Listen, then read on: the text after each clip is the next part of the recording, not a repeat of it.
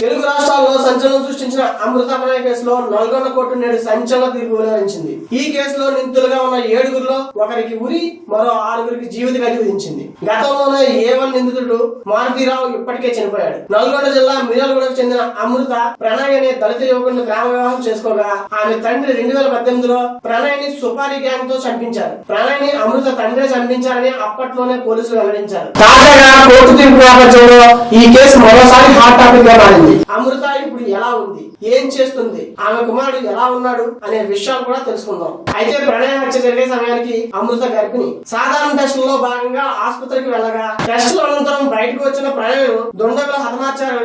భర్త చనిపోయిన నాటికి 5 నెలల గర్భిణిగా ఉన్న అమృతకు ఆ తర్వాత బాబు పుట్టాడు. ఆ తర్వాత అమృత సోషల్ మీడియా ఇన్ఫ్లుయెన్సర్ గా మారారు. Insta, Facebook, Twitter, YouTube channels లో ప్రారంభించిన అమృత ఎప్పటికప్పుడు తన లైఫ్ కి సంబంధించిన అనేక విషయాలు నిజాలతో పంచుకుంటుంది. తన వ్యక్తిగత జీవితం, తన కొడుకుతో ఆమె గడిపే క్షణాలు, lifestyle, fashion trends, blogs చేస్తున్నారు. అనేక బ్రాండ్లని తన సోషల్ మీడియా ఛానళ్ల ద్వారా ప్రమోట్ చేసి డబ్బు సంపాదిస్తున్నారు. ప్రస్తుతం అమృత కొడుకుకి దాదాపు 6 ఏళ్ల వయసు ఉంటుంది. హైదరాబాద్ నగరంలోనే వీరు స్థిరపడ్డారు. అప్పుడప్పుడు మిర్యాలగూడ వెళ్లి వస్తుండగా అందుకు సంబంధించిన వీడియోలు కూడా ఆమె సోషల్ మీడియాలో పంచుకుంటారు. 2020లో తండ్రి మారుతీరావు చనిపోగా ఆ తర్వాత తల్లితో కలిసిపోయినట్లు తెలిసింది. ఇటీవల కుమారుడికి సంబంధించిన ఓ ఫంక్షన్ నిర్వహించగా ఆ కార్యక్రమంలో తల్లి కూడా పాల్గొన్నట్లు సమాచారం. ఇలా ప్రణయ్ హత్య ఘటన ఇప్పుడిప్పుడే మర్చిపోతున్న అమృత తన కుమారుడిలో ప్రణయ్ని చూసుకొని కాలం గడుపుతున్నారు. శ్రవణ్ కుమార్ కుటుంబ సభ్యుల ఆవేదన. ఈ కేసులో అమృత బాబాయ్ శ్రవణ్ కూడా A6 గా ఉన్నాడు. ఆయనకు కోర్టు జీవిత ఖైదు విధించింది. దీంతో శ్రవణ్ కుటుంబం కోర్టు ముందే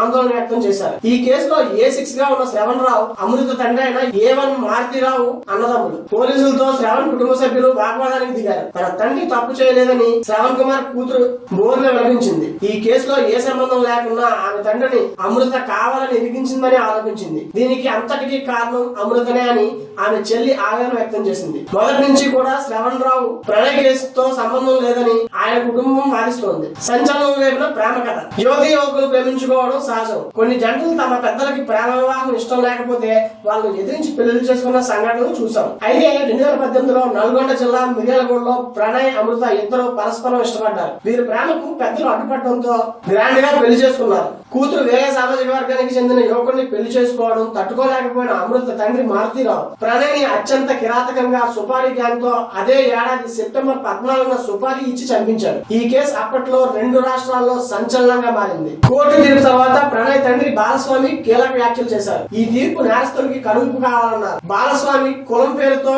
కన్న కూతుర్ని చంపే వారికి ఈ తీర్పు కనువిప్పు కావాలని చెప్పారు. ప్రణయ్ హత్య తర్వాత తాము చాలా నష్టపోయామని బాలస్వామి చెప్పారు. తమకు కొడుకు లేకుండా పోయాడు, అమృతకు తండ్రి లేకుండా పోయాడు. అమృత తండ్రి ఆత్మహత్య చేసుకున్నాడు. న్యాయం కోసం 6.5 ఏళ్లు ఎదురు చూశామని బాలస్వామి భావోద్వేగం వ్యక్తం చేశారు.